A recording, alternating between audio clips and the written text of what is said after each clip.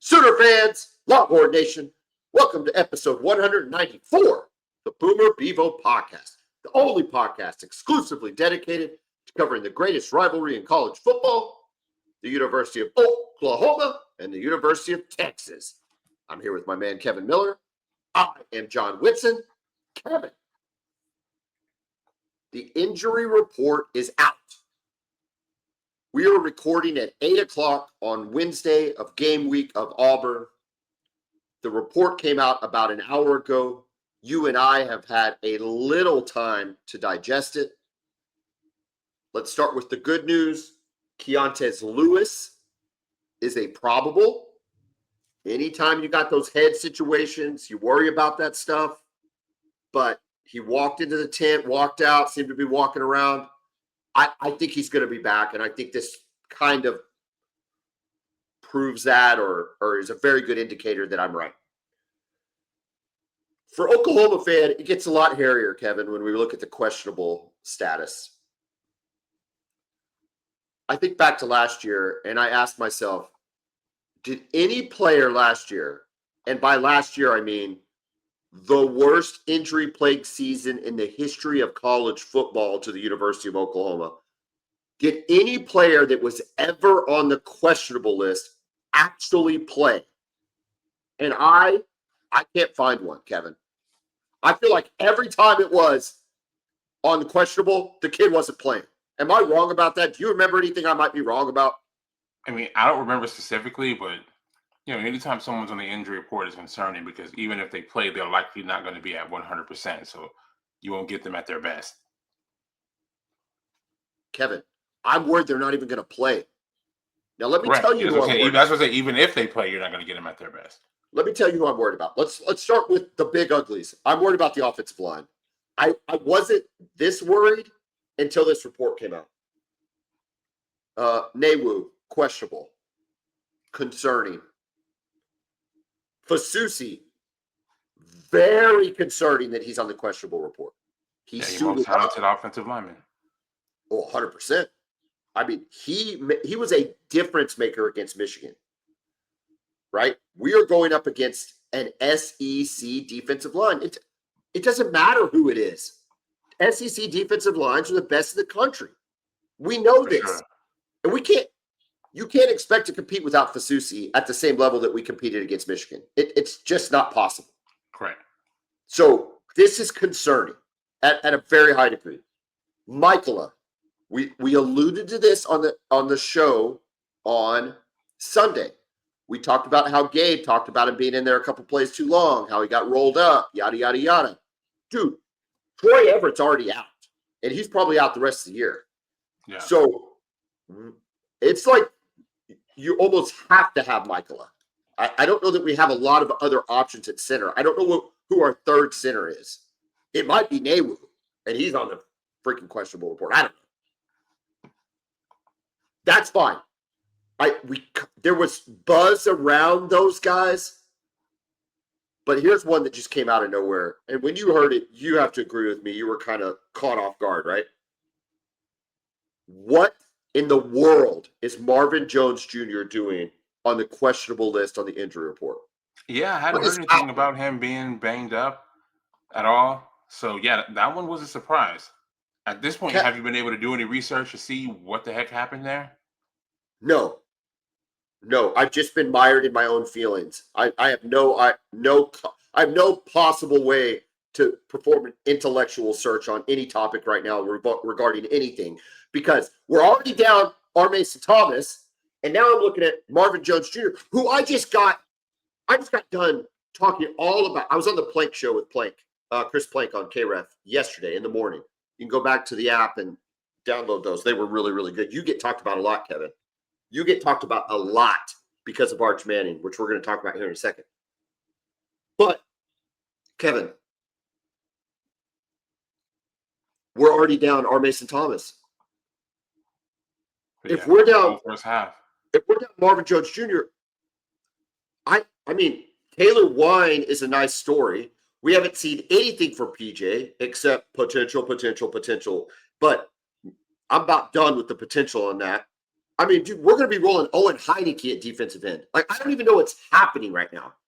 And I felt like this was going to be a very comfortable game to talk about today on this podcast, that we were going to break down with some stats and some matchups, and we're going to be able to see some things that maybe Oklahoma probably has advantages in and things of that nature. Well, hell, dude, we don't have any advantages if 3 offensive line starters are on the bench and Marvin Jones Jr. What am I missing? Right. You got to get him healthy, man. Hopefully he can play. Hopefully he can go because you're gonna need him. Dude, what's even wrong with him? He played the whole game, man. You must have missed something, or he got banged up in practice. Nothing else would make any sense. Kevin, I do not appreciate the subtle satisfaction that you seem to have with the OU injury report. I don't appreciate it, Kevin. Guys getting hurt. Normally you're pro player. Normally you're pro player, Kevin. You know what I'd like for once? I'd like you to be pro John. Can you be pro John and just acknowledge that this is a crap show, Kevin? Can you at least acknowledge that? Can you say, what do you mean? The house is burning down. I've been saying that with your strength and conditioning program, you guys are hurt too much. Oh, my God. Why? Not enough kettlebells, Kevin.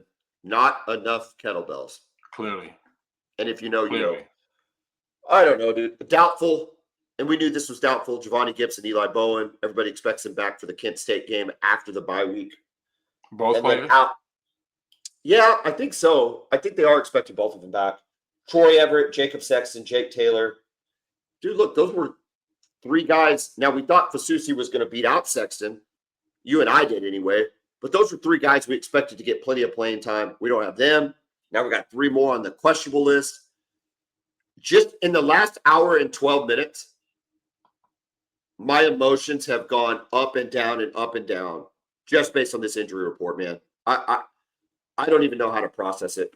It's really, really weird to me. What am I missing? No, I mean, it's odd, right? You guys have had a lot of injury, just horrible luck over the past few years, and it's like, you know, why does this keep happening? But dude, why is it happening to guys who we never saw get hurt?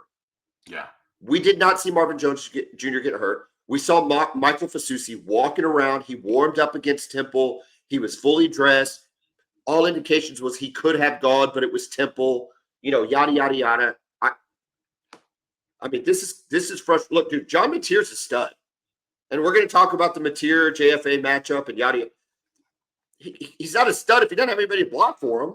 That's true. Yeah, definitely. Well, let's get to it, man.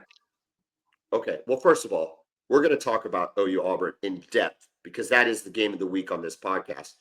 But real quick, I've had a lot of fans of the podcast reach out to me. Okay. And their question was, based off of Sunday's podcast, they wanted to know, how are you doing, Kevin? How are you doing? How are you feeling? Have you had a chance to kind of get in touch with your inner, just kind of your inner chi and regain some balance in your life? Because you were as excitable as I and many of our fans have ever seen or heard you on Sunday night. Well, yeah, man, we're trying to figure out what the heck is going on with our offense, and more importantly, our ultra talented quarterback. He's not been himself, so we got to figure it out because these tune-up games are going to be over soon, and before you know it, we'll be down in the swamp in Gainesville. And say what you will about the University of Florida, but we know they have talent, and they're going to be ready to play when Texas shows up. So we got to get him ready. And this is the last tune-up game that we've got, so we need to see something. We need to see some vast improvement on Saturday against Sam Houston State. Look, we're going to talk a lot about that Florida game when it gets to it, but just really quick, because I think it's important. Lagway coming off a 5-interception day against LSU. Yeah. 2 takeaways from that as it relates to the Texas game. By the way, they play Miami tomorrow. Or I'm not sorry, on Saturday. They play Miami on Saturday. Number one, when it comes to Lagway. Yes. Number one, as it in regards to Lagway, would you agree that it's unlikely he throws 5 interceptions again? Yes. Highly unlikely. Okay. That's number one. Number two, would you also agree how shocking it is that he threw 5 interceptions and LSU only scores 20 points? Yes. Is that a reflection of Florida's defense or LSU's offense? I would say more LSU's offense, man. If you pick a team off 5 times, you got to do something with it. I don't care who you're playing against. Well, I guess my point being is I think their defense is really good. Oh, so do And I. your offense going up against their defense with a quarterback, whatever's wrong with him, yips, injury, whatever, Whatever. Yeah. not being able to complete a pass to the flat is a concerning prospect with that defense. Yes, and that's why I was, talking the way I was on Sunday because I'm not projecting this. I'm not worried about UTEP or Sam Houston State. That's not gonna. No, but we got Florida, we have Oklahoma, we've got Georgia coming up. We've got great teams with great athletes, and we're gonna have to be able to score more than 14, 17 points to be able to win this game as good as our defense is. So yeah, we've got to figure this thing out and figure it out quickly. We've been doing this podcast 3 years. Is that right? 3 years. Yeah. My wife gives me feedback after every podcast, mostly unconstructive criticism, but in all seriousness, she gives me feedback. Hey, this sounded good. This didn't sound good. Do this, more of this, less of this, whatever. Right? She wants the podcast to be successful. She says the number one thing I do on a episode, every episode basis is I talk over you. I get too excited, right? I interrupt. I try to find ways to, discuss things that maybe you're not discussing. And I work on it. I swear to God, I do, dude. I really, really do. I try to work on it because it's a thing. However, last Sunday, when I asked you the question and you started talking, if you go back and listen to that, bro, I felt like you must feel every other episode we do because I've never seen you so excited, passionate, concerned, engaged. Dude, that topic, I don't know if it has you concerned, worried, fascinated, but man, you were very concerned. You were in it on Sunday. Yeah, very concerned and very worried because nothing else about the season, nothing else about the team has been a surprise. If you go back the last few years, I picked our record either correctly or I've been too negative about it going into the season. Correct. So everything has been a pleasant surprise, right? If I say 10-2, they go 11-1. Year before that, I said 10-2, they went 10-2. All that to say, nothing has surprised me except this, and it doesn't make sense. So I'm trying to figure out what the heck is happening. Why is it like this? Why does it look like this? Hence the more excitement than normal because nothing else, like I said, nothing else over the last few years has been surprising to me about Texas football. Arch had some words at a press conference, I guess, and said he just has to get better, and people seem to feel good about that. Did that assuage any of your concerns? His response. He has a positive attitude, right? He seems to be, he's always accountable. He's just that type of player. He's that type of kid, right? That's why everybody likes him. It's not because of his name. He has earned the respect of his teammates and the fans by how he carries himself, right? He's just a really humble, down-to-earth kid, but he's got to play better. We're waiting to see it. We know it's there. We've seen it. He's just got to do it. And hopefully that at least begins on Saturday against Sam Houston State. Hey, listen, we just wanted, the podcast family just wanted to check in on you. It sounds like you're okay. I'm good, man. Yeah. Okay. All right. Let's talk OU Auburn. Yeah. Talk to me more after the Florida game, and you'll have a much better gauge on how I'm doing. Dude, listen, I hope we're not having this conversation after Sam Houston State. I kind of do. You know what I mean? Like, seriously. He needs to go to Sam Houston State and go 25-28. Correct. 30-35. Absolutely. I don't think I'm wrong on that deal. Yes, and everything is starting to get better. Like, even the offensive line is playing at a decent, at a good enough level. Good enough level. That was my biggest concern. Good enough level to run the ball, Kevin, because they haven't run the ball very well. They haven't run it well. But I was concerned about all facets of the offensive line, and really it was more pass blocking than protecting Arch. Arch has more time than any quarterback in the SEC has had so far. That includes playing against Ohio State. he was not under major duress against the Buckeyes. We protected him well. We protected him well in all 3 games, and he still isn't hitting the throws. That's why it's so confusing. He Okay, is what's holding the team and the offense back. we're going to come back. Listen, we're going to come back to Sam Houston State in Texas. Do you have the injury report pulled up? Make sure you have that close by because I don't have that on me. So have that ready to roll when we get to that game. Yeah, I got it. I'll get it. Okay. Oklahoma, Auburn, Saturday, 2:30 ABC. Oklahoma as a 6.5-point favorite. Now, this is prior to this injury report. It's going to be interesting to see if that line changes.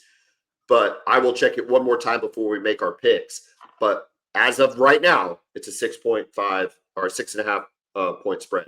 Over under 47.5. That tells me they're thinking low scoring game. I think they're thinking Auburn is going to have a hard time moving the ball against Oklahoma, but maybe Oklahoma might, not be able to go up and down the field like they have in a couple of their other games. So I think that's kind of where they're coming out with the line. There's been a lot of talk leading into this game over is Auburn or Michigan the more talented team? In other words, can we use Michigan as a barometer to understand what we can expect from Oklahoma against Auburn? Let me just read you some stats, okay? And so this is through 3 games. And I think what's important to think about is this Michigan's numbers include Oklahoma, right? They include going up against an Oklahoma defense. Most of these stats I'm going to read you are offensive. And that's clearly, of the 6 opponents between Michigan and Auburn, that's clearly the best. Auburn's best opponent was Baylor, and nobody thought they played defense very well at all. Baylor was routinely criticized for their defensive game plan against Auburn, but that's either here or there. This is the numbers speaking. Are you good with that? Yeah, let's hear it. Okay. Yards per game. Michigan, 452 yards per game. Auburn, 415 yards per game. That's about a 40-yard difference. Passing yards, 209 to 173. That is a 36-yard difference. Rushing yards, and this is where Oklahoma is expected to find their biggest challenge against Auburn, is in the Auburn's rush game, both quarterback and their running back rush game. Rushing yards, 242 for Michigan, 222 for Auburn. So again, 20 yards plus for Auburn. Points per game, basically identical, 36 for Michigan, 37 for Auburn. Just to recap, Michigan has played New Mexico, OU, and Central Michigan. Central Michigan, they rolled 63-0, so that skews a lot of these numbers. Baylor, Ball State, and South Alabama. When I look at this, it's hard for me to make the leap that Auburn is a better offensive team than Michigan. Despite what I think we all believe is Michigan having superior talent at the skill. Auburn having superior talent at the skill positions. Yeah, Auburn they have not gotten going offensively yet. I have not liked what I've seen from them overall, which leads me to one or two possibilities. Either they've been holding out on stuff, saving it for this game, or they're just not very good, or they don't trust Jackson Arnold to be able to make throws all over the field. Because what we haven't seen from them at all is any kind of downfield passing game. And they've got the guys to do it. They've got Eric Singleton and Cam Coleman out there, a receiver. Eric Singleton, big-time portal pickup out of Georgia Tech. Guy that Texas looked at. And Auburn was very serious and really, really paid top dollar to get him to go there. And like I said, we just haven't seen the downfield passing game. Cam Coleman, 5-star receiver. Just haven't seen it yet.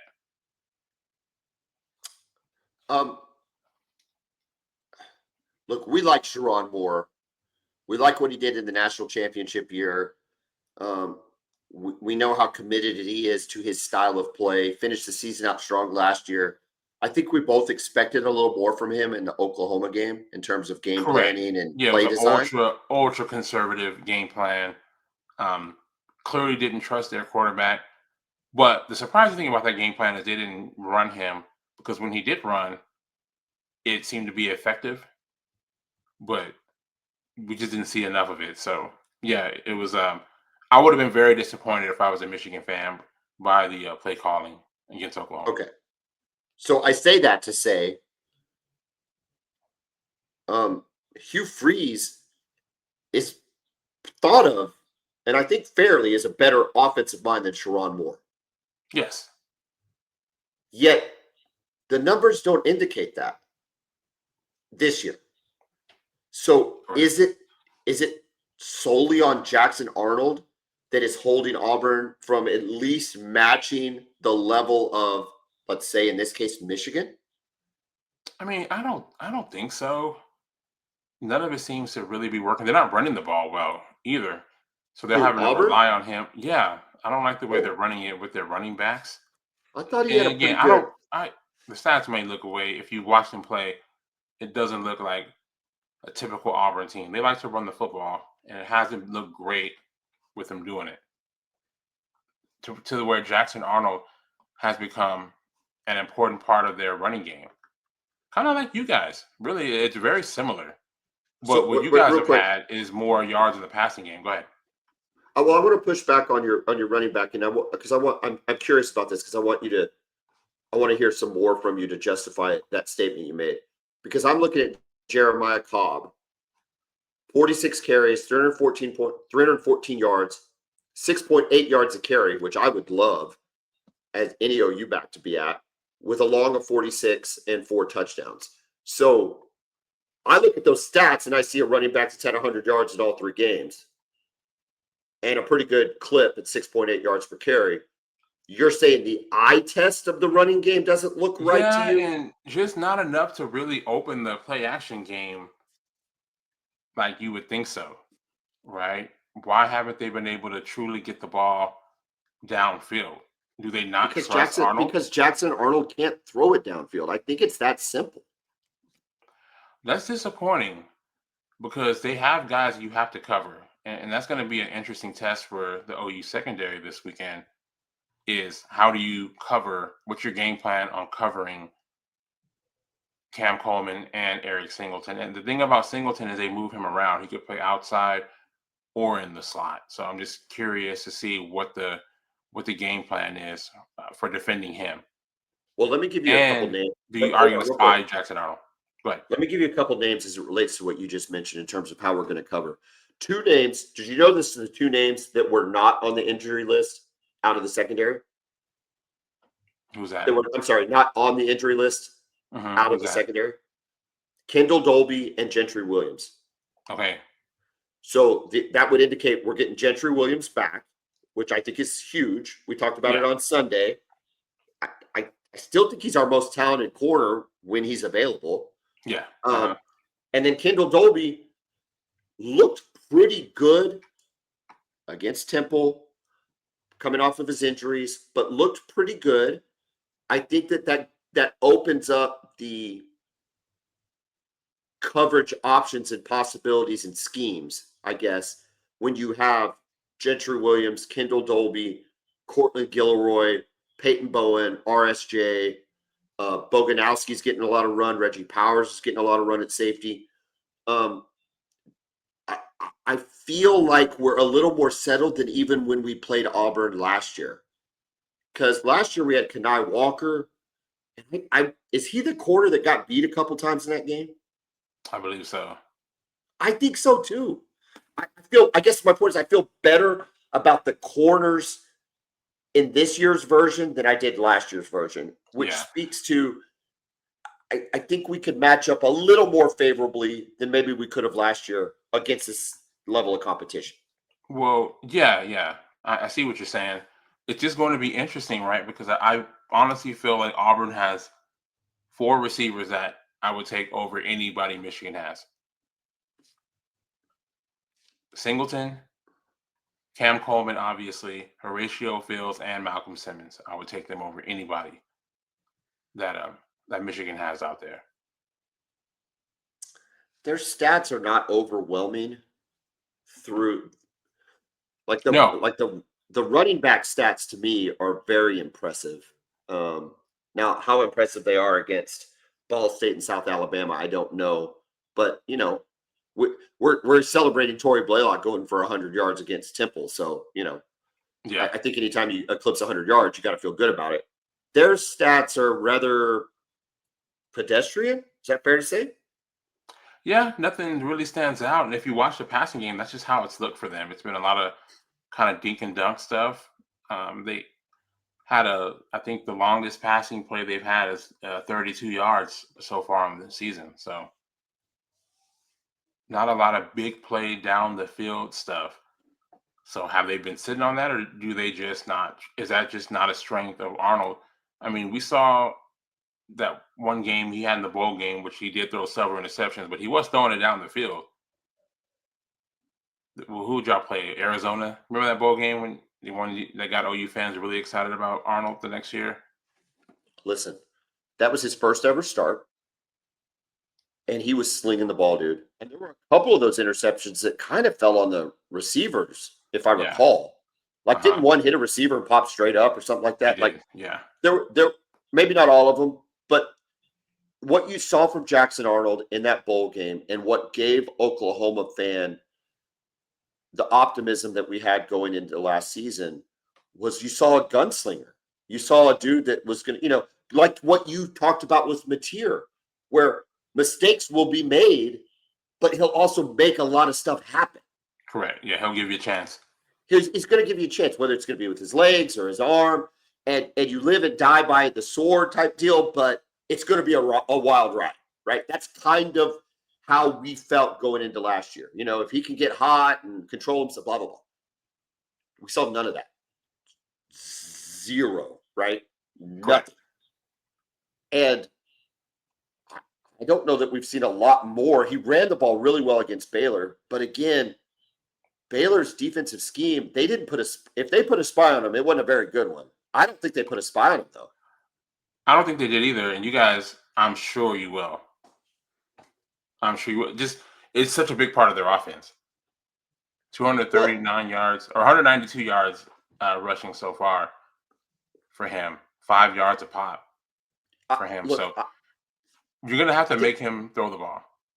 exactly. We have to stop the run, put the ball in his hands, let our pass rush, whoever's rushing him, Marvin Jones Jr., or Mason Thomas, but whoever's rushing, let our pass rush try to get to him and create some turnovers. He has not, to his credit, he hasn't thrown an interception this year.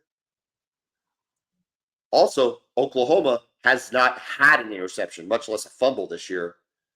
I kind of feel like both of those are due to happen. And I feel like this is a pretty good game at home with a quarterback that might try to do a little too much. I kind of feel like this is the area where Oklahoma might be able to turn him over a little bit. Yeah, I believe so too. You would think that he's going to be really excited and trying to go out and prove something, right? I mean, he was the hope for Oklahoma fans just a little over a year ago, right? It was JFA. That's all we kept hearing about during the off season, and rightfully so. I understand why, and it just didn't work out. And it's one of those things where I don't think you would be the better one to ask about this, but it doesn't seem like OU fans are mad at him or have any kind of resentment. It's just one of those things. It just didn't work out, and it was one of those splits that seemed better for all parties involved for him to leave. Or would you say Uh, that? I am not mad at this kid, not one bit. This is so far the opposite of a Lincoln Riley, Kevin Durant situation. I mean, it. If anything, the Oklahoma coaching staff owes this kid an apology for Yeah, failing him. yeah, yeah. It was I, rough. I It was just a bad situation. It just was never right. Never looked good. never right, never looked good. We had a piss poor offensive scheme. We had a piss poor offensive coordinator. They did not put him in positions to succeed. And this is what I said about Hugh Freeze. I don't know if he's ever going to get the gunslinging Jackson Arnold back, but I think he's going to try to he's going to try to put him in position to succeed, running the ball, short passes, eliminate mistakes. Don't even give him the option of turning the ball over. All of those kind of things that our coaching staff failed to do in every game except Alabama. Yeah. I want to see how you guys line up. Are you going to load the box, trust your DBs to play one-on-one, or do you think you can stop their running game with the light box and then have multiple safeties or have a spy on Arnold? That's what I'm going to be paying the most attention to in this entire football game. Okay, let me ask you this. If you go 4 down linemen, which is what we typically run, and a spy, is that considered 5 in the box? Yes. That's not a loaded box, though, right? No, loaded box is when you have 7 in the box and you're basically guarding up. You're doing man-to-man across. Maybe I one safety. I could see a scenario where we have 6 in the box, where we go 4 down linemen, a traditional linebacker keying in on the running back, and a spy keying in on the quarterback. That, Okay. to me, I think is a recipe for success. Maybe potential some blitzes out of that if we in obvious passing downs. But I don't know that we need to go like 7 or 8 in the box. You know, Yeah. I mean, if you feel like their biggest threat is the running game, and that's going to be the question: can you stop the run with a light or average box? well, I don't know. Or Is Marvin Jones Jr. playing? good question. Good I mean, question. So now and you I'm have, being well. Hold on. Part of me is being funny about that but the other part of me is like dead serious. yeah, If we don't have Marvin Jones Jr., you've got to suddenly you're bringing Kendall Daniels to support Kip Lewis and McKenzie at linebacker. Like, I think you might almost have to, yeah, because if yeah. your So do you edges, trust your DBs to cover Cam Coleman and yes, yes, you know one I on one on an island? well, I'll ask it in reverse. Do you trust Jackson Arnold to throw it to those guys one on one against our DBs? Yes, I trust him to throw it up because I just think All right, a guy like Cam What have you Coleman seen so has far nothing this to year? do with him. What have you I don't. seen It so has far nothing that to do shows with that? him. It has nothing to do with him. It's the talent of the receiver is what I'm talking about. It's where he doesn't have to throw a perfect ball. He can throw it up, and Coleman, 6'3", and an athlete can go up and get it. So I'm just curious to see how it goes. Y'all will have to cover this week where Michigan does not force you to cover. You can dedicate an extra body to the run game because that's what they're trying to do, and that's really all they can do. Even if they want to throw it, their guys are not, you know, Ohio State's guys or anything close to that. Auburn, at the very least, has some real talent out there. Trust me, I would Yeah, take Eric Singleton for Texas right now. Goodness. but remember what you said on Sunday, and it stuck with me. Is Coleman and Singleton haven't broken out against Ball State or Southern Alabama. What makes us think they'll break out against Oklahoma? That's true. Yeah. And you said So, that, not me. no, exactly. But I'm just curious is No, what's the game well, plan it's going to the be like? matchup. I mean, it's the matchup, right? I mean, that's where Yeah, we're at. It's the matchup. correct. Uh, Yeah. And real, what's the game plan going to be like? And teams do this. They hold things, and we don't have to show much against these teams. And then real quick. we'll open it up more against a more talented defense and let these playmakers go make plays. Can you speak to Auburn's defense and what you can expect in terms of how we should attack them? Well, it's interesting. Keldrick Falk is their most talented guy up front, and he is NFL guy. Top 15 pick, I possibly. believe so. Yeah, possibly. He's a Yeah. first round talent, 6'6", 285, Good but lord. plays on the edge. Yeah. I mean, I watched him in that Baylor game and he was wreaking havoc. He only has one sack so far, but he's just very, very disruptive. And especially if Michael Fasusi is out, it's certainly going to make his life easier. And he's someone you're going to have to be aware of. Yeah, because we've been praising Canick all year as Yeah. a tight end, but I don't think we can expect him just to completely helping pass block, right? I mean, I wouldn't think so, but you never know. I mean, he's surprised me so far with how he's catching the football. I think that's been the most impressive. I mean, we knew he was an athlete, but just how reliable his hands have been has been If the craziest part. Can Mateer and Blaylock run on Auburn? Yes, if they're not, especially if they're not disciplined, right? I thought Michigan was sloppy with that. They lost contain multiple times on Mateer. You just can't do that. We're not even gonna talk about Temple. They had no chance with No, I don't. Yeah, I with don't. Yeah, Michigan though. Yeah, they were crashing inside and letting him outside the pocket, and that's when he's at his most dangerous. Now again, he can make accurate throws from in the pocket, but once he gets out, then you give him the option to run. He can fake like he's gonna run, slow down, and throw over your head. So it's really imperative for Auburn to keep him inside the pocket. okay. We're gonna pick this game, Kevin. We're gonna pick it when we get to the end of the show. Let's take a short second here to thank all of our sponsors. Um, First of all, to Chicken Shack, Kevin. It is confirmed. It is locked. We are cemented in to be there October 8th. October 8th at the Chicken Shack. That is the Wednesday prior to OU Texas. Kevin, it's basically our Christmas Eve. No disrespect to the birth of Christ. This is our Christmas Eve. Okay? I expect you to bring it. Texas fan, if you're out there, you need to show up because there's going to be plenty of OU fans. So we're inviting everybody, and we're going to be talking about it ad nauseum on social media and on this podcast. The Chicken Shack, October 8th of OU Texas Week. It is everything and more that makes this podcast and this rivalry everything that it is. Are you fired up for that, Kevin? Oh my goodness, yes. We've had a couple of episodes that we have recorded there, and they both have been awesome. So yeah, looking forward to doing it again. And this is the Arcadia location Route of the 66, Chicken baby. Shack. The FYI, yes, OG. 212 OK66. You can stop at Pops on the way out. Get you some pop there, or maybe on the way home, grab a 6-pack. My kids always get the random 6-packs from Pops where they make their own 6-pack. Yeah, it's awesome. And yeah, it's awesome until it sits in your fridge for like 6 months because Yeah, it's until they disgusting. never drink it.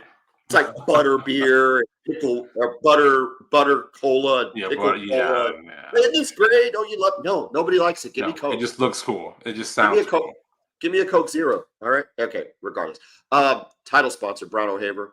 Brown O'Haver is a public insurance adjusting firm working for the insured, not the insurance company. If you've had a loss to your home or your business, you want to call Brown O'Haver 405-735-5510.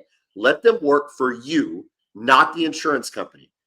At the end of the day, Brown O'Haver will help take the management of the insurance claim off your plate, take the headache off your plate, remove obstacles in the settlement of the claim, do everything they can to put you in a position to get your life back together. All of those are great. The number one reason you hire Brown O'Haver is for more money. You want more money from your insurance claim, you call Brown O'Haver, 405-735-5510. Kevin, who are you in for? I'm in for Pioneer Roofing, John. If you believe you have a damaged roof from a recent hailstorm, give Pioneer Roofing a call. They'll show up, give you a free, no obligation inspection. They will let you know if you have damage to your roof or if you don't. Give them a call. They're very easy to work with. Pioneer Roofing, 405-549-2712. There's like a second fall storm season. And I think it's. Yeah, last year, it was around this week. I think it was like September 21st last year. Yeah. We got a pretty crazy hailstorm in the metro. So, yeah, if something like that were to happen, you definitely want to give Pioneer Roofing a call.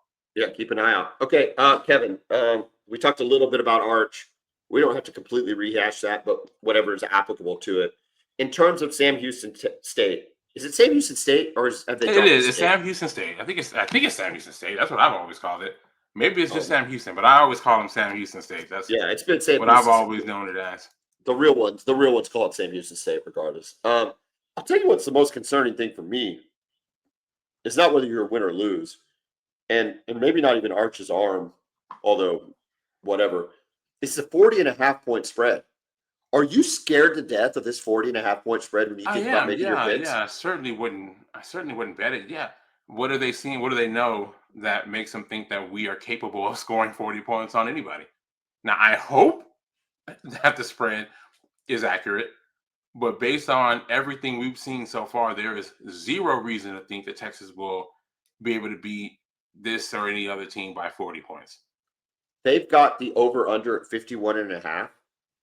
So with a 51.5 over under and a 40.5 spread, they're saying that you beat them 46 to 42, 6. yeah, 42-10 maybe, something like that. Well, 42-10 is only a 32 point spread. Oh, that's true. Yeah, So if that's 52 what to you're 10. thinking, I mean, 52 to 10. Yeah, this won't be a surprise because I'm going to go with the under. Uh, Not the under. I'm sorry. I'm gonna pick Sam Houston State to cover yeah. because I'm I leaning see. in that direction so far. Yeah, just because I mean we haven't seen it, and you know we've got to see it. We got to see something this week. We've got to see some semblance of competence in the passing game because right now it hasn't been there, and the running game hasn't been great, but that's not surprising. Especially we've had our Trey Reisner was out; he hasn't played the last two games. C.J. Baxter got hurt the first play. He played one play. Do we We expect? expect. Yeah. Do you have that report? Do you have the injury report? Yeah, no, I did Oh not. no, because I never was not mind. able to find the official injury report, but I can I'm tell you Well, that real quick. They yeah. don't, this SEC doesn't mandate it, so it's not going to be one. I just Oh, because dinged you that yeah. again. Oh yeah. Not a conference game. Yeah, I'm sorry. I got Yeah. all caught up in our No, it's injury okay. But report. I've been hearing some things anyway. I don't expect Wisner out there. I don't expect C.J. Baxter out there. I expect both of them back for Florida. So we've got a bye week after this, and then the Florida game. Last week we rolled with Christian Clark, Jarek Gibson, and then the freshman James Simon, who James Simon actually looked pretty good. Numbers weren't Yeah. great, but just he looked good running the football. Well, he We'll led the be team, okay. right? He did. Yeah. Yeah. We'll be okay. We all know what this game is about. It's about Arch Manning and the passing game. And we gotta get into some sort of rhythm with that. Okay. Because I need you to define two scenarios for me. Okay. I'm going to give you two scenarios. You define what that looks like. All right. And you can do it in any order you want. The first scenario is what, whether it's a stat line or eye test, what would you have to see to assuage your concerns about Arch? That's number one.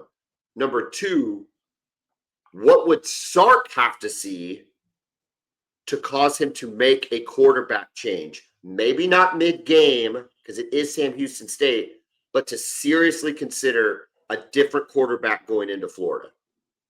okay, as far as the first one, there's no real magic number that I'm looking for. I just need to see rhythm. I need to see him seeing the field, not missing reads. Because that's what was so concerning about last week. I mean, we had a fourth down call. It's a sprint out to the left. He has Parker Livingston wide open. He's looking at him. And for some reason, he just doesn't pull the trigger. He stops. You know, at this point, Livingston's already to the sideline, so that's over. He rolls back to his right, ends up throwing across his body to the end zone and gets intercepted. That's really concerning to me. That's like Not backyard seeing it. football. It looked like backyard football. It looked Correct. like And he had stuff we did and in the middle first school. read was just wide. I mean, it was wide open. It was 4th and 3. He ran about a 6-yard route. He's wide open. He just Surely doesn't he throw it. didn't. Surely he didn't misread that though, right? I mean, he saw him open, right? He had to see him. Yeah, it was his first read. He looked straight there, and for whatever reason, decided not to pull the trigger. And So weird. so yeah, it's very odd. So things like that, and then not hitting guys in their feet. Not being accurate. Right now, it's like he's just rushing. He's in a hurry. He's trying to get the play over with instead of just letting the play develop. His internal clock is just not in sync yet with everybody else's. He's ahead of schedule with his processing. He's got to slow it down and just make the right read. I just need to see that. That's all I really care about. I need him to go down, up and down the field, move the ball, and him just manage the offense properly. The crazy thing is, our defense is so good, we don't need him to be perfect. And, No, hopefully that's no, what Sark has continued to bring. Like, we don't need him to be Vince Young in 2005, right? Like, no. that's not what. You would take. Listen, you could have any year of Sam Ellinger's, Oh and my you win a goodness, if we national, had Sam Ellinger, and you have a yeah, really good chance of winning a national championship. absolutely. I don't think That's a great I'm point. not being mean about that. No, no, no. You're right. You're right. Yeah. That if we had that level of quarterback play, that would be just fine. That would be perfect with this defense. And just because right now, even though the offense looks horrible, we have the one loss to Ohio State, which is not going to hurt us at all. So everything that this team wants to do is still in front of it. It's all still there. So get the offense right and let's go because you still have an opportunity to have a really good season. Okay. What is Sark see that causes him to seriously consider making a change? Well, it's got to be more of the same. If he's not seeing wide open receivers and he's missing guys over and over, and if he has more of those bad red zone interceptions, all that to say, I just don't see it happening. I just don't see him making a change. It would have to be to where he's so rattled. I mean, I'm trying to think of an example of seeing someone like he pulled Quinn out of the game last year. I don't know if he really had a reason to do that. Like, I don't. Quinn, it was bad, but it wasn't. He was going up against a Yeah. really good defense because we've seen That. guys, where they look and it's like Lincoln Riley pulling Rattler out. Like he's not Yes. seeing it. The environment's getting to him. Hey, just settle down. Like he was never going to make a quarterback change. I'm talking about the first game in 2020, not the Caleb Williams deal. Right. Because even maybe he was even just trying to do that. But once Caleb Williams went absolutely nuclear, there was no way he was putting anybody else back in the game. But so it'll have to be just a meltdown of epic proportions for him to make a quarterback change. And you attribute that more to Sark's hubris than you do to any pressure with it being a Manning. I mean, it's probably both, but I mean, we've seen it with like he never made the change last year. Right. He never did. And he could have, and he would have been fine, especially if Arch would have played well. And if he wouldn't have played well, he could have put. But to me, once you make that change, it's hard to see it going back and it being a positive for Arch in any way, shape, or form. Um, Especially the fact that we don't have another Arch behind him, somebody with that talent level that's ready to play. KJ Lacey's not ready to play. I Do you know what I'm saying? I'm talking about think about last year's version of Arch. I hear you. I hear you, but I know you dismissed it, and I to an extent agree with you that the level of talent was demonstrated against reasonable competition against Mississippi State. I acknowledge that. I hear you. I know what you're saying. I still think there's a little slice of the pie of reality that could be he's just maybe not that good. That is certainly still on the table until proven And otherwise. and if that's true, I think you probably do have dudes that are you're Texas. You got two Look, guys no, back there that can throw the ball around. we've got guys. It's just No, you don't want him to go up know, against Oklahoma in the Cotton Bowl. I get that. yeah. I get it. I'm just saying nobody they don't have as much talent as him. I don't know if I agree with that because my guess is the two dudes you have can complete the throws that he's not completing. Perhaps. Perhaps. I just Kevin, don't see. The reason I we're just having don't this see it happening, conversation, man. Kevin, the reason we're having this conversation is because these throws are easy. Correct. So you would agree that the two quarterbacks you have behind Arch could most likely complete the majority of the passes that Arch is not completing.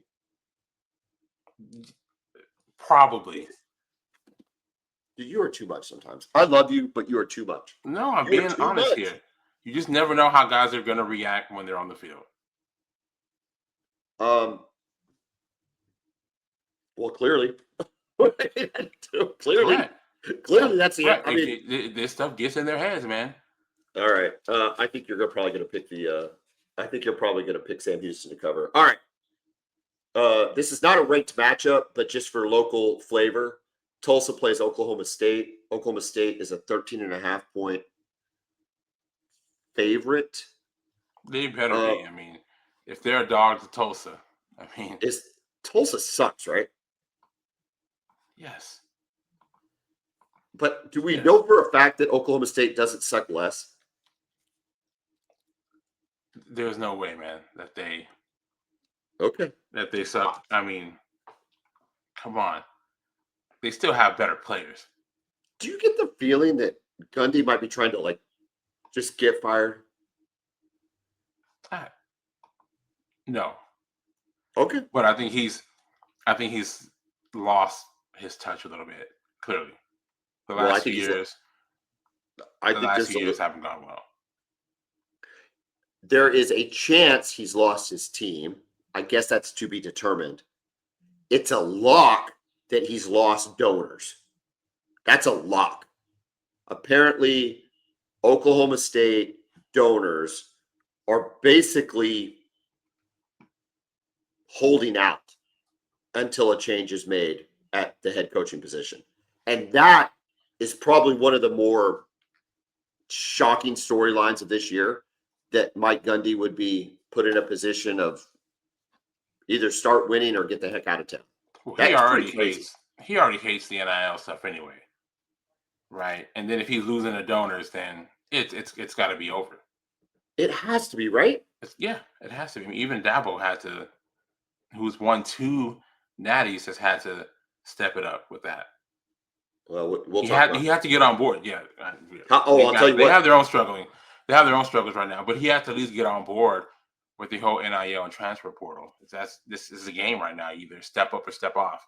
I'll tell you what. I don't even have Clemson on the list because they're not ranked, and the team they're playing, they're in an unranked matchup this week.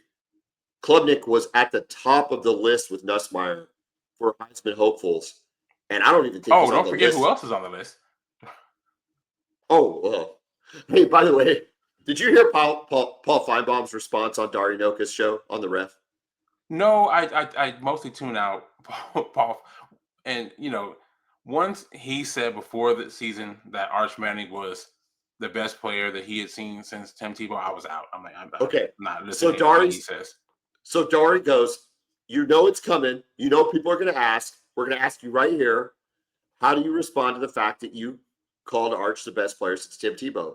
And you know what his response was? It's pretty classic. He goes, my advice to all young broadcasters, if you're going to miss gigantically. Yeah, exactly. And that's all that ever was. But, people, casual fans sees that and like, oh, this Archie guy's going to be awesome. I told you before the season, man, this hype with him, it was impossible for him to live up to it. I would agree with that. He would have to throw for 400 yards and 5 touchdowns every week and win the Natty this year. Texas had to go undefeated, sweep through the playoffs, blow out Alabama or Georgia in the national championship game in order for Arch to live up to the ridiculous hype that he was getting before the season 100%. Started. I agree. I'm actually obviously I hate the way it's gone for him so far, but the one positive is that everybody's, everybody's off of him now. Yeah. Now anything pressure. Now anything he does will be amazing. Correct. It's like, oh, that guy actually can play a little bit. Oh, he can throw it out. That's amazing. Yeah. Here's a game we're probably going to pick: Texas Tech, Utah. Utah's a 3.5-point favorite. This is the first. We thought Iowa State, K-State, and Dublin might have been a kind of a defining moment in the Big 12 early in the season. I guess it defined the fact that K-State might not be very good. Iowa State is still pretty good. They lost at home to Army. Oh, no, I know. K-State's off the map. Yeah. But this I think you agree is the next game to define Big 12. Texas Tech, Utah. Tech playing with a big NIL budget, getting to prove it against, I guess, probably the big boy in the Big 12 still. Are they still that? I mean, they haven't won it yet, but we all know what Utah's about, right? And you're gonna have to bring it, and it's there. So if Texas Tech is serious, and if they would like for us to take them serious, this is a game they need to win. They need to go win this game. When we make our picks, I guess you're going to tell us if Texas Tech is serious or not. I will. We'll hold. I'll hold that. Arkansas, Memphis. Memphis is a 7.5-point dog. UAB at Tennessee. Tennessee's 38.5-point favorite. Oregon State. Oregon. Shout out Tennessee. I think Tennessee. I feel really good about them after what I saw against Georgia. Yeah, I think you make that mistake at the end of the game with running the extra play. I think you can kind of convince yourself that you had them. Correct. Now, I think we all know what Georgia's response is to "you had them." We had them. Yeah. If anybody's seen Fast and the Furious, you never had me. You had it. You had me. Yeah. You never had me. You never had your car. Had your car. Yes. Oh God, so good. But yeah, I agree, and I like Joey Aguilar. He's been great. Hey, let's just do this real quick. Top 4 quarterbacks in the SEC today. That's just a give really good question. Off the top of your head. Okay, Nussmeier. Even after his performance against Florida. Yeah. Okay. No, I'm not. This is not in order. This is just 4. I'm just okay, going fair for it. Nussmeier, Mateer. God, I don't know, man. The crazy thing about this year. Well, let me finish answering your question. It's such a crapshoot. Pavia. Lenora Sellers. Do you need me to give you the contenders real quick? Yeah, go ahead. Because I think you just left off. I think you left off a couple. You said Pavia, Lenora Sellers, maybe hurt, but Lenora Sellers. Don't forget Marcel Reed and what he did at Notre Dame. Yeah. Joey Aguilar, what he did against Georgia, and then I'm even going to throw. I'll give it a combo of the Austin Simmons kid and the Chambliss kid at Ole Miss because I think I don't even know who they're starting. Yeah. But both of those dudes are really, really good. Yeah, it's like it only matters for those 2 kids, right? So I think we can both agree Mateer lock, at least through 3 games. Yeah, he's a top 4 for sure, what he's done so far. I will agree with you at Nussmeier, but the offense hasn't been great. I don't like his performances so far. He hasn't just been like he definitely hadn't been Joe Burrow, for LSU or anything like that, Right. I am gonna put Marcel Reed in on my list just after what I saw at Notre Dame. I didn't love the completion percentage, but man, some of those throws were really, really good, and that's a big time environment to go win in. I like your Pavia deal, and he won, but I think I'd put Aguilar. Aguilar. He's been great, and I know Tennessee fan has to be so excited about how this thing turned out because when the Nico news first broke that he was leaving Tennessee, we just thought, man, this is a team that's coming off a playoff appearance with the quarterback going into his 3rd year as a starter, and this is horrible. Well, it's a nightmare. Third year in the system. Yeah. Okay. Yeah. 3rd year in the system. Yeah. And 2nd year as a starter. This is a nightmare for Tennessee, and somehow they get Aguilar, who was actually at UCLA, to come to Tennessee, and it's just been better in every aspect for them. It looks more football. Josh Heupel's offense looks like we expect his offense to look. Correct. There wasn't those like that. Under Nico, there were periods of stagnation in that offense that were just 2 or 3, maybe the scripted drive looked pretty good, but then outside of those, they would just really just kind of be very stale. A lot of times he wouldn't hit the shots. That's what the offense is. You got to hit the downfield shots. Aguilar has hit them.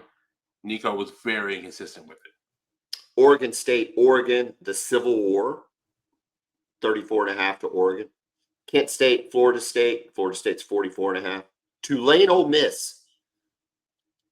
I don't know how good Tulane is, but could be interesting. We'll see. Tulane's had, we'll kind of see how that works itself out. Ole Miss is a 13.5-point favorite. Well, a game you like. You've talked about this game. I kind of want to see it. I think it's really cool. I mean, Nebraska, I feel like it's fallen out of blue blood status, over the last 15, 20 years. If this game was played in 2002, this would very much be blue blood, and you'd be going crazy about it. Michigan, Nebraska in Lincoln is a 1.5-point home dog. Thoughts on the Michigan-Nebraska game? Yes, it's pretty fascinating, right? And just continuing to see the development of these two talented quarterbacks, right? Dylan Raiola with Nebraska, and of course Underwood for Michigan. Obviously, they decided to open up their offense last week against Central Michigan, and they look great. And yeah, how much development has happened with these two guys so far? Obviously, Underwood's just getting started. Year 2 for Raiola. This will be a really big win for Nebraska, and they've recruited well, and they're starting to develop.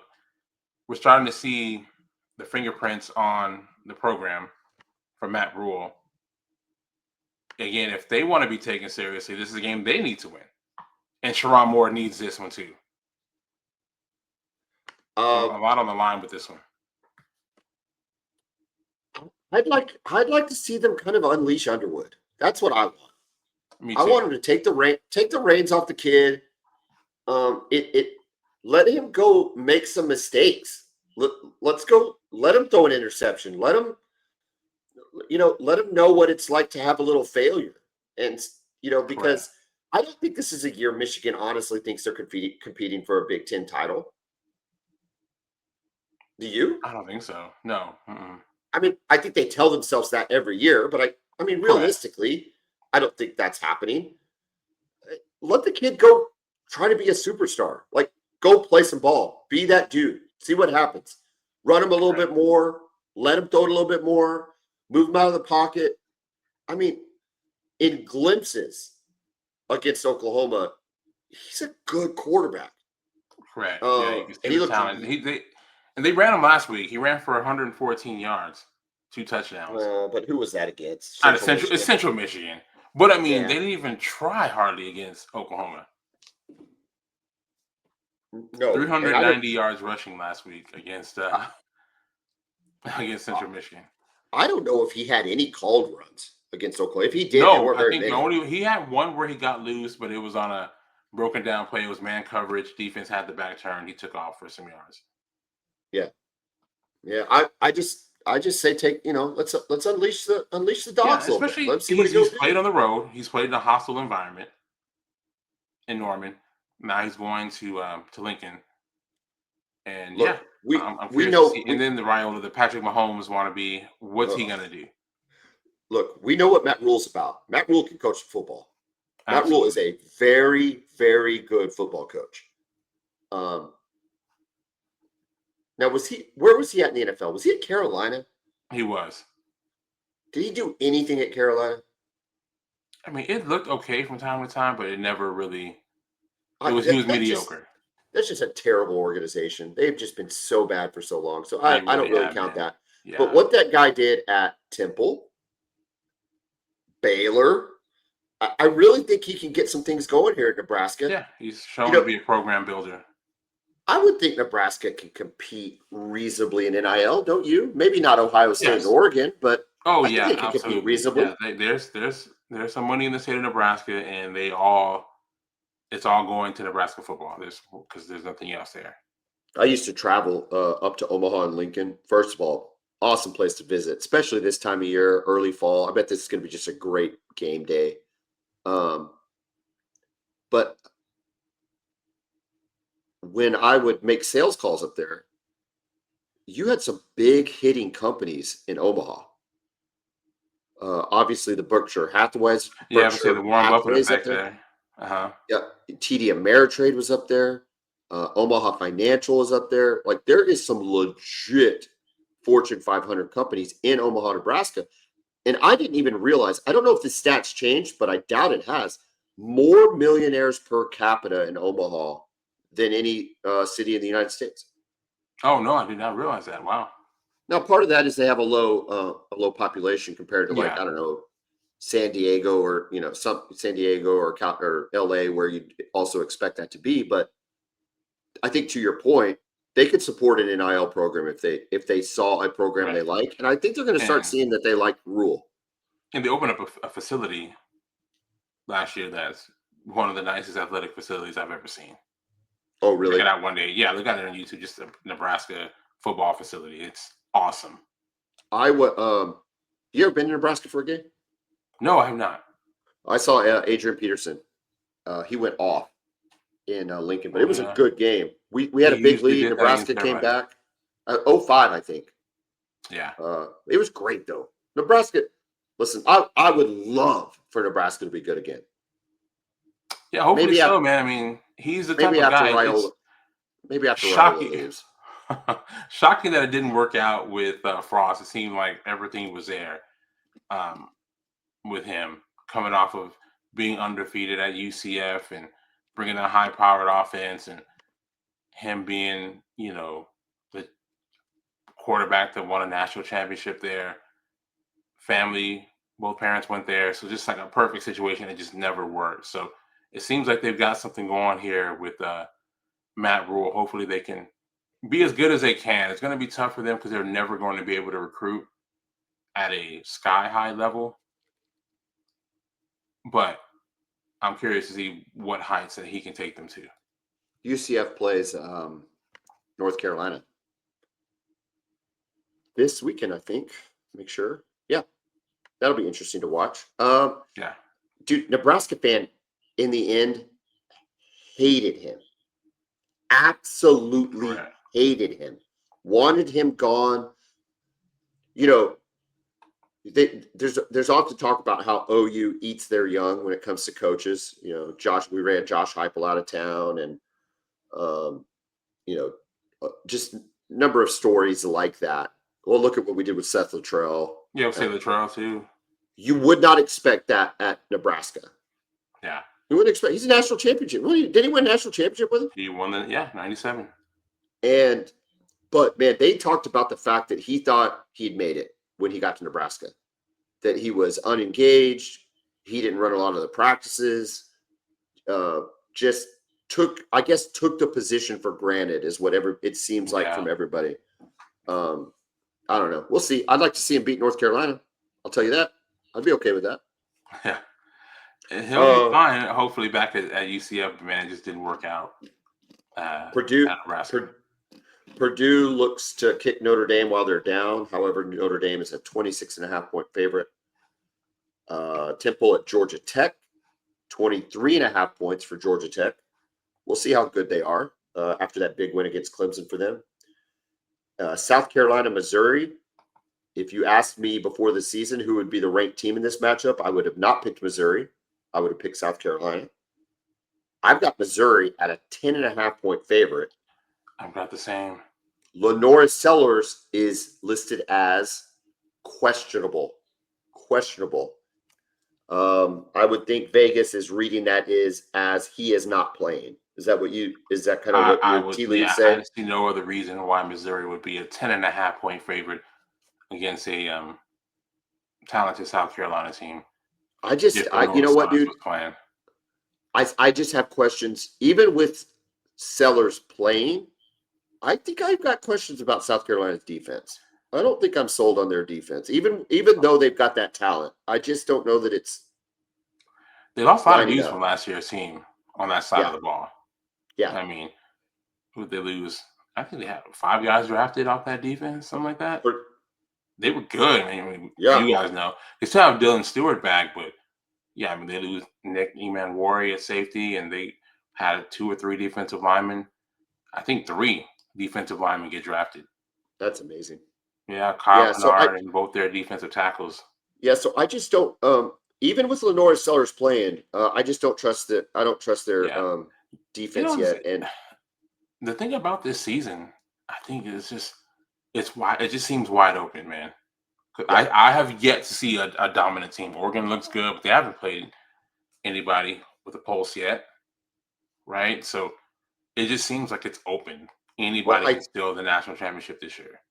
I think a team that can make a case for potentially being that top team might be Miami taking on Florida. I know it's Florida, and I know they just got beat 20-10, and they're 1-2 on the year, and blah blah blah. But if Miami handles Florida like they handled South Florida, you got to start taking Miami very seriously in the national Right. playoff picture. Yeah. They look like a serious program for sure. They look really good and they look well coached.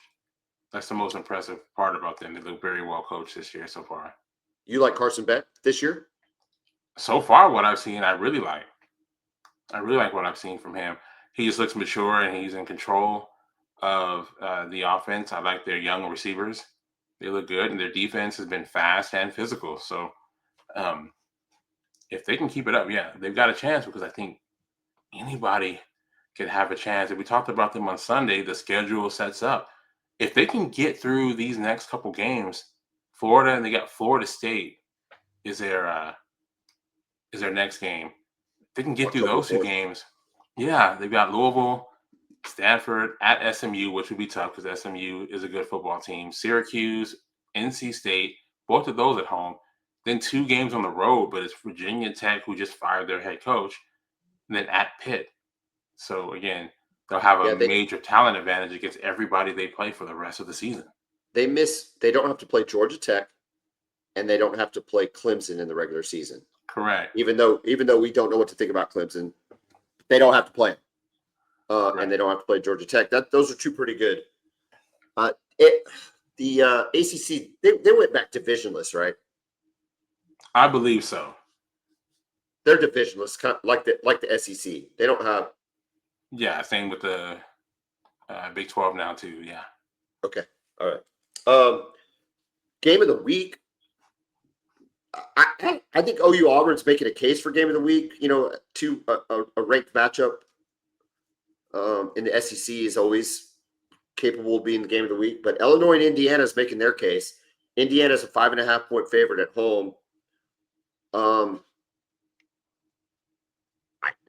I outside of Brett Bielema and the fact that Indiana's coming off a playoff appearance, I don't like Bielema. I think Illinois is a weird team. My girl Lana Turner loves Illinois, graduated from Illinois. She's going to be pulling for him. I guess I might pull for him for her sake, but I won't. So I'm going to go with Indiana, I think, at least from a rooting interest. I don't know as far as the line goes. We'll pick this game. Yeah, I mean, Indiana trying to show that last year wasn't a fluke, right? Is Signetti still as cocky as he was last year? Oh, that doesn't go away. That dude was. I'm sure he is. I haven't heard him speak at all this year, but come on, that wasn't fake. It didn't seem fake, so I'm sure it's still there. It's not going anywhere. They got a tough schedule though. They've got to play Illinois this week. They go to Iowa next week, and again, Iowa. It's always going to be a tough game when you play them, especially there. Then they go to Oregon. You got to play on the road there, and then later on they do play at Penn State later on this year, but no Ohio State or Michigan for Indiana. So that's interesting. ESPN has Indiana with a 62.8% chance of winning according to their FPI. So I don't know. Do with that what you Vegas want. seems to agree Southeast too. Louisiana. 5.5-point spread. It's pretty good. Southeast Louisiana taking on LSU, no line. Michigan State at USC. USC breaking into the top 25 this week. They are a 17.5-point favorite. What time is that game? Isn't it like just a stupid kickoff? It's very late. Yeah, 10 p.m. Central Time. Yeah, so some real Pac-12 after dark. I think it's on Fox too, so it's not like it's even on. I gotta tell you, Kevin, it just doesn't make any sense. I mean, what are we doing? Yeah. 10 p.m. Central. And isn't Michigan an Eastern time zone? I'm pretty sure it is. I'm pretty sure it is in Lansing. Yeah. Yeah. It is. So an 11 o'clock kickoff for the locals. So yeah, stand up to watch your team play for sure. Okay, so let me understand this. You have Utah and Texas Tech kicking off at 10 a.m. local time, That's right. 10 a.m. local time in Salt Lake City. which is just awful. I did the 10 a.m. at Provo a couple years ago. And while it did enable me to get a flight home the same day, it still was just, I mean, you just miss out on so much of the experience.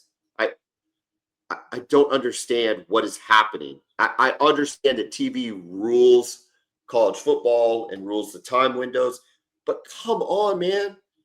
You've got Illinois, Indiana. Just roll that at 11 a.m. Right. Why isn't that your big noon kickoff? Why isn't Illinois, Indiana their big noon kickoff? Well, see that that game's on NBC. That's why Fox has that. Does Fox have second tier choices with the Big Ten? Is that the problem?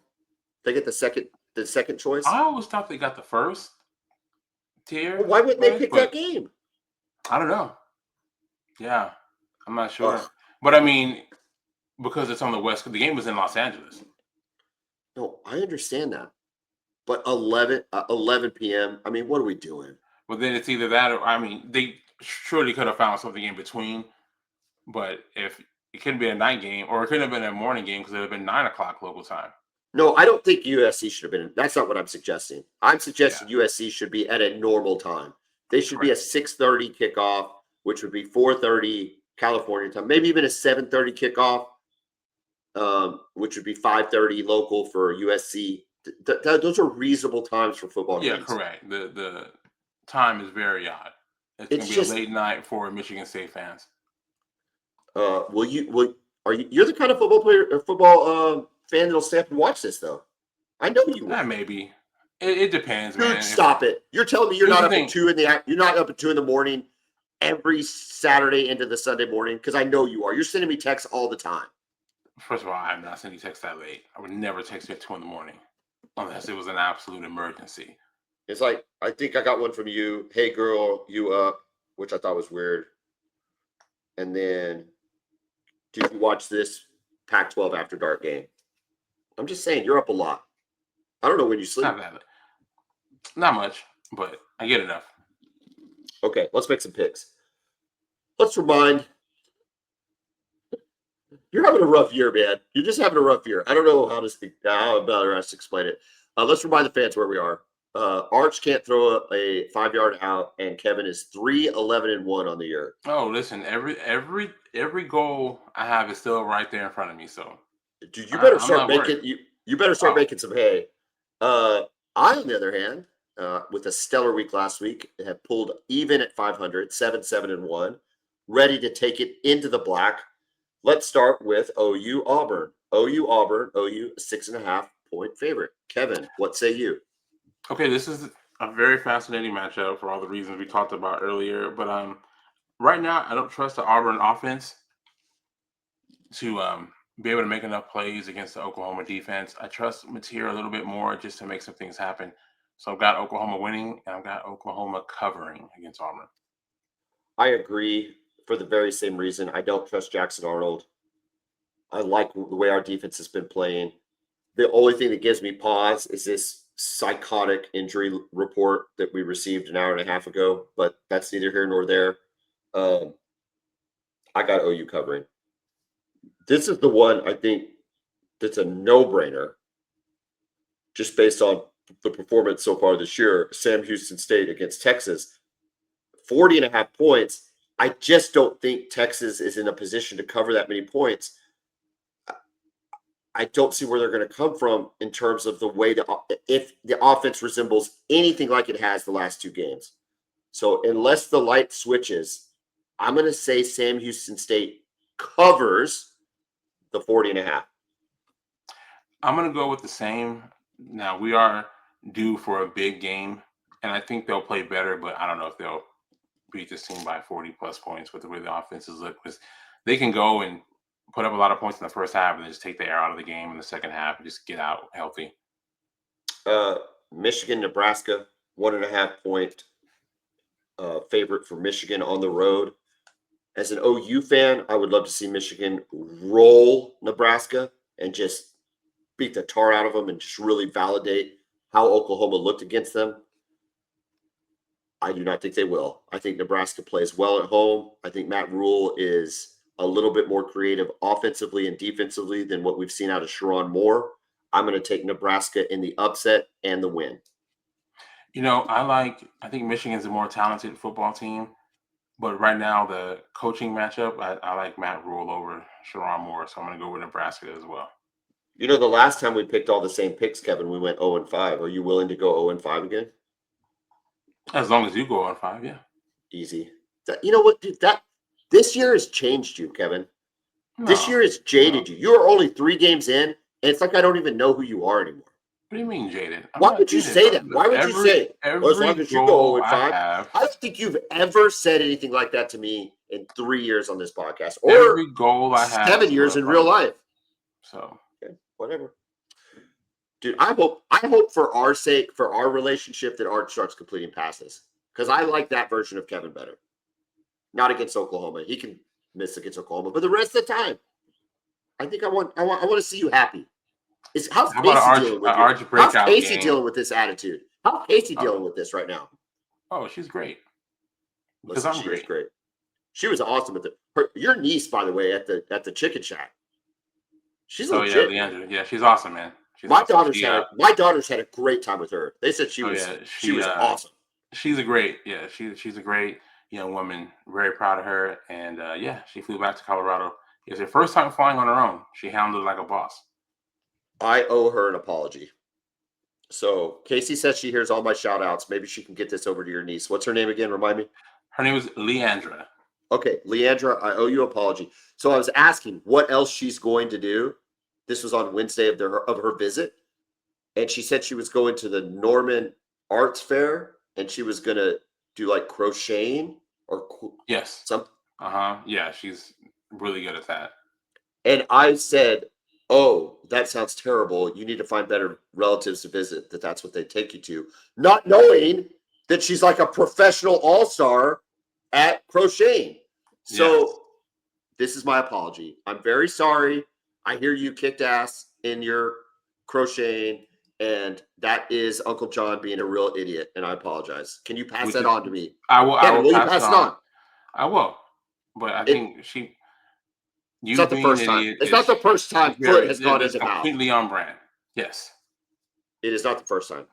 No, so I apologize. Okay. She was awesome. I will pass it on. She was awesome. Illinois, Indiana, 5.5 points to Indiana at home. They're a 5.5 point favorite. You know what? I'm going to go with Illinois. They show up and they physically handle Indiana and get the upset on the road. I respect Lana Turner. She is a sweetie, a mother of 2 wonderful children. How she's married to her husband, I have no idea. That dude outkicked his coverage so far, I can't even imagine it. And that makes me want to pick Illinois. It really, really does. But Brett Bielema bugs the living whatever out of me. I can't stand that guy. I didn't like him when he was at Wisconsin. I hated him at Arkansas. And I don't like him at Illinois. I'm taking Indiana to win and cover. Great. Sorry, Lana.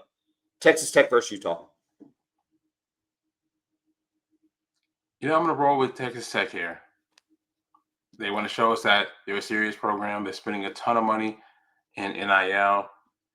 Show us that you're serious, Coach McGuire. I think they are spending a lot of money, and a lot of that money's been in the trenches. But I think Utah's going to exert a little bit of muscle in this matchup. They're at home. They got embarrassed might not be the right word last year, but they just weren't able Yeah, to not be the up to their team. standard. Yeah, not up to their Yeah. standard for sure. I don't think they thought they were the team they could have been their first year in the Big 12. I think they're going to try to reassert some dominance. I am going to take Utah to cover the 3.5 and win. Obviously, win and cover the 3.5. Okay. All right. Well, we got two different picks in there. We can't. Both of us can't go 0-5. Let's put it that way. Correct. Hopefully not. Look, I don't know, Kevin. I'm still a little shook about this injury report. I'm sure it'll be fine. I'm really looking forward to this matchup. I think look, dude, this goes back to what I'm talking about, why you want to play football in the SEC. Auburn's no joke. No. And I know I picked them to cover. They win 21. OU wins 21-20. I'm ecstatic. I don't care. What's the vibe? What if OU loses a close game? What's that gonna? Is that gonna be I think devastating? it's incredibly concerning. Incredibly concerning. Look, Auburn is a legitimate SEC team from a talent perspective. I don't think their offense is up to snuff, but from a talent perspective, you sing the praises of their wide receivers. Defensively, they're going to have dudes. We know all that. But here's the problem. And I don't know what to think of Texas right now, so I'll leave them out of the conversation. But they're not Alabama, and they're not Ole Miss, and they're not Tennessee. So if we can't beat Auburn at home, and they're not LSU, if we can't beat Auburn at home, I am incredibly concerned for the rest of the year. Yeah. Incredibly concerned. No, but I guess what has changed, at least for me, it doesn't feel like Venables is on a hot seat like I thought he was coming into the season. At least right now, it seems like it's cool. Kevin, even if you lose, hold on, but if you lose a game, if it's a close game, I still don't think that seat warms back up if it's a close game. Now, if you guys just look inept and you have 5 turnovers and you get blown out, which is very unlikely, but then I can see it. But I disagree. Okay. I disagree. I think we lose 24-20 and people start to go, what are you doing to this really talented football team? You've got the best quarterback we've had in here in 4 years. I think he's better than Dylan Gabriel, at least in an Oklahoma uniform, although Dylan Gabriel darn near won the Heisman last year. So that's kind of a weird thing to say when you say it out loud, but I think he's better than Dylan Gabriel in an Oklahoma uniform. I think questions start to become. You brought it up at the beginning of the show. The training room. What are we doing? What are we doing in practice? What are we doing to prepare these players? What's the physical state? You haven't done anything to affect any of that. We're right back to where we were last year, and I think it's a problem. Well, got to get the job done then. Got to win the game. It doesn't become an issue. Win the game. Win the game. Art, find open receivers. Kevin, have a great evening, a great week. We'll talk Sunday. Boomer. Hook 'em.